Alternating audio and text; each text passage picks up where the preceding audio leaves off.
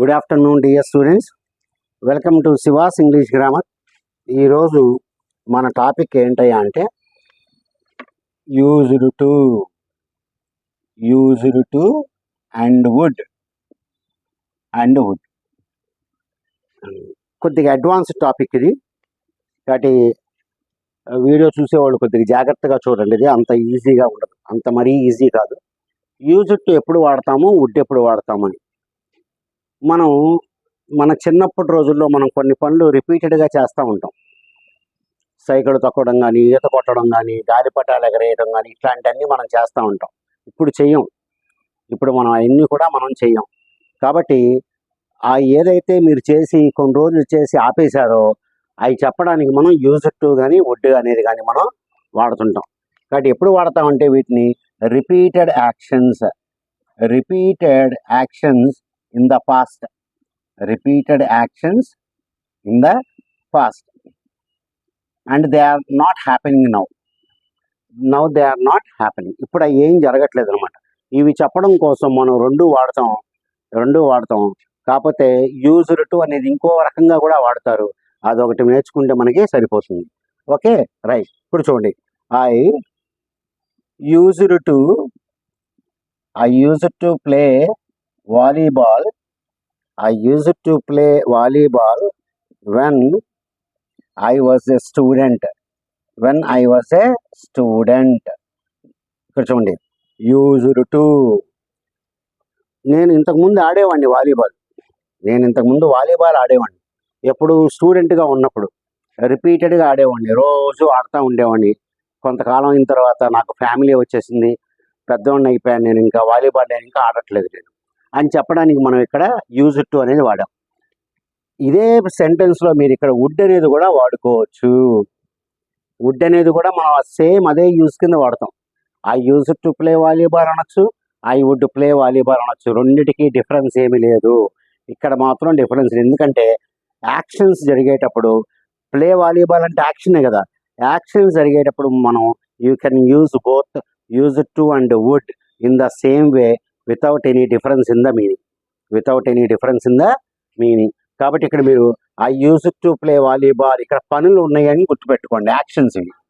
Actions ఉన్నప్పుడు మీరు would కానీ యూజ్డ్ టు కానీ వాడచ్చు. ఇప్పుడు మీరు I would play volleyball when I was a student అని కూడా చెప్పచ్చు. ఏం తప్పులేదు. అలాగే చూడండి, right. I used to ride a bicycle. When I was a child. నేను చిన్నగా ఉండేటప్పుడు సైకిల్ తొక్కుతూ ఉండేవాడిని. పని రైడ్ పనులు జరుగుతూ ఉన్నాయి. కాబట్టి పనులు జరిగేటప్పుడు మనం ఏం చెప్పుకున్నామండి, పనులు జరిగేటప్పుడు ఇక్కడ మీరు యూజ్డ్ బదులు ఏం రాసుకోవచ్చు, వుడ్ అనేది కూడా రాసుకోవచ్చు. I would ride a bicycle when I was a child. So రెండిటికి మనకి తేడా లేదు. So when there are some actions, పనులు ఉన్నప్పుడు మీరు వుడ్ కానీ యూజ్డ్ టు కానీ సేమ్ వేలో మీరు వాడుకోవచ్చు. రెండిటికి మీకు తేడా లేదు. రైట్. మరి తేడా ఎక్కడ వస్తుంది? ఇప్పుడు తేడా లేదు అని చెప్తున్నాను. ఎప్పుడు వస్తుందంటే చూడండి, యాక్షన్స్ ఉండవు కానీ స్టేట్స్ ఉంటాయి. స్టేట్స్ అంటే ఉండటం, అంతే. ఫీలింగ్స్ అనమాట. మన ఫీలింగ్స్ గురించి చెప్పేటప్పుడు మాత్రం మనం ఎప్పుడూ కూడా యూజ్డ్ టు అని మాత్రమే వాడాలి. యూజ్డ్ టు ఫర్ ఫీలింగ్స్, మన మైండ్లో ఫీలింగ్స్. లేకపోతే స్టేట్స్. ఇక్కడ స్టేట్స్ అంటే ఉండటం అని మీనింగ్ అండి. ఇప్పుడు చూడండి, I used to love music in my childhood days. ఇది ఇక్కడ చూడండి, ఈ వర్డ్ లవ్ అనే వర్డ్ వచ్చింది. ఈ లవ్ అనే వర్డ్ ఎక్కడ ఉంటుంది? మీ మైండ్లో ఉంటుంది. దీన్ని ఏమంటాం? ఫీలింగ్స్ అని చెప్పి అంటాం. ఇదేంటి? ఫీలింగ్. అంతేగాని పని కాదు, అది యాక్షన్ కాదు. They happen in your brain, మైండ్లో మీకు ఉంటుంది అనమాట. కాబట్టి ఇలాంటప్పుడు మీరు ఒక్క యూజ్డ్ టు మాత్రమే వాడచ్చు. You can't say I would I would love music in my childhood days అని చెప్పి మీరు అనలేరు. ఎందుకో అర్థమైందా? ఇక్కడ మనకి యాక్షన్స్ ఉండవు. రైట్, ఇది చూడండి. She used to believe, she used to believe there were ghosts, there were ghosts in her house. ఇది చూడండి, వాళ్ళ ఇంట్లో చిన్నప్పుడు దెయ్యాలు ఉండేవి అని చెప్పి ఆవిడ అనుకునేది.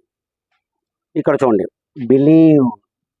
బిలీవ్ అంటే మీ మైండ్లో జరిగే పని, యాక్షన్స్ కాదు. సైకిల్ తొక్కడం లేకపోతే కర్రా బిళ్ళలాడటం అండ్ ఈతలు కొట్టడం, ఆ పని కాదు. జస్ట్ ఇది నమ్మకం.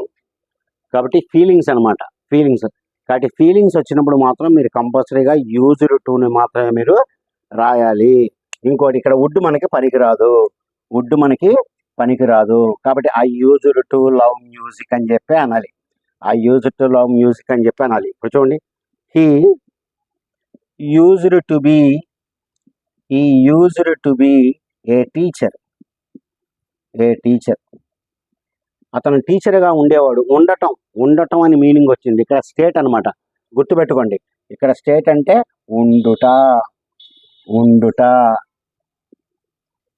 ఉండడం. అతను టీచర్గా ఉండేవాడు, అంతే. ఇక్కడ పనేం కాదు, టీచర్గా ఉండేవాడు. కాబట్టి ఇక్కడ మీరు యూజ్ టు దగ్గర మీరు ఇక్కడ వుడ్ పెట్టలేరు. He would be a teacher అని చెప్పి అనకూడదు మీరు. ఎందుకని? ఇక్కడ ఉండటం అనే మీనింగ్ మనకి వచ్చింది, ఉండటం అనేటువంటిది మీకు వచ్చింది. Right, I used to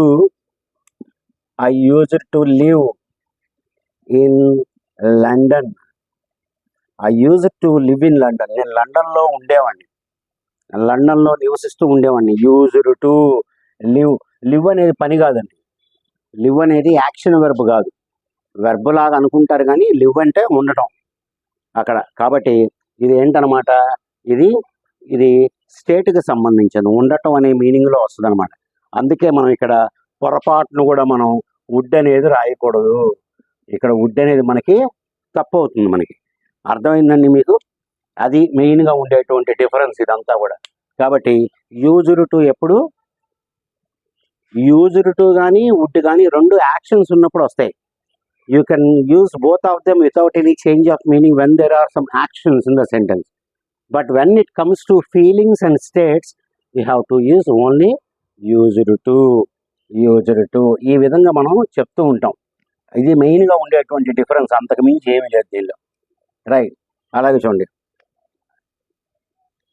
she used to be very strong అంటాం. She use to be very strong, చాలా బలంగా ఉండేది ఇంతకుముందు.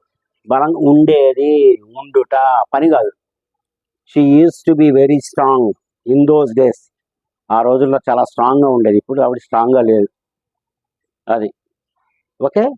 Right, so she used to like